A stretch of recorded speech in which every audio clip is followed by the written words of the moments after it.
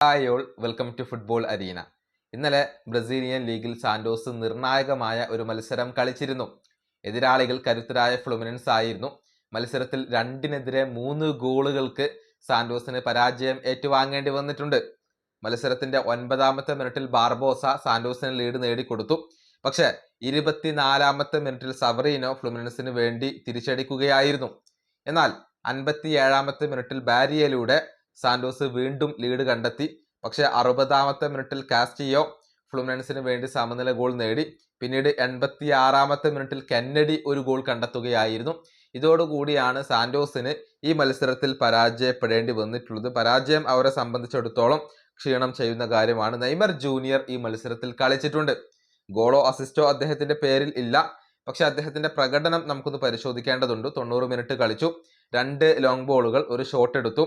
0.75 ആണ് XG വരുന്നത്.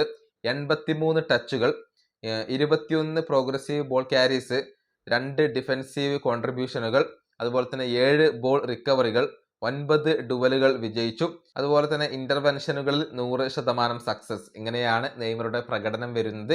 7.5 ആണ് നെയ്മർക്ക് റേറ്റിംഗ് ആയിക്കൊണ്ട് ലഭിച്ചിട്ടുള്ളത്. മികച്ച പ്രകടനം നെയ്മർ നടത്തിയിട്ടുണ്ട്. ഗോളോ അസിസ്റ്റോ ഇല്ല എന്നുള്ളത് ഒരു വസ്തുതയാണ്.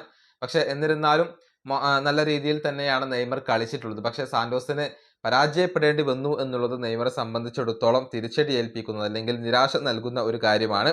ഇനി മറ്റൊരു റിസൾട്ട് കൂടി ഇവിടെ പരിശോധിക്കേണ്ടതുണ്ട്. ഇന്നലെ കരുത്തരായ PSG-ക്കെതിരെയായിരുന്നു ലിയോൺ കളിച്ചിരുന്നത്.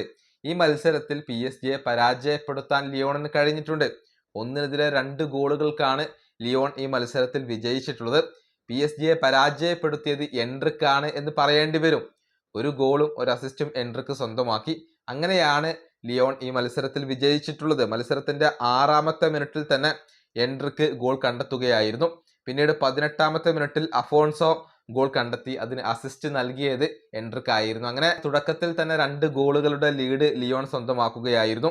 പിന്നീട് 34ാമത്തെ മിനിറ്റിൽ ഗോൺസാലോ റാമോസ് ഒരു പെനാൽറ്റി പാഴാക്കി. മത്സരത്തിന്റെ അവസാനത്തിൽ കീച്ച കോരഷ്കേലിയ ഒരു ഗോൾ കണ്ടെത്തി എന്നുള്ളത് ശരിയാണ്. പക്ഷെ PSG-ക്ക് പരാജയം ഒഴിവാക്കാൻ കഴിഞ്ഞില്ല. ഏതായാലും എൻട്രിക്ക് ഇപ്പോൾ ഫോമിലേക്ക് തിരിച്ചെത്തിയത് ബ്രസീലിയൻ ആരാധകർക്ക് സന്തോഷം നൽകുന്ന കാര്യമാണ്. ഈ വീഡിയോ അവസാനിപ്പിക്കുന്നു. അടുത്ത ടീമായി വീണ്ടും കാണാം.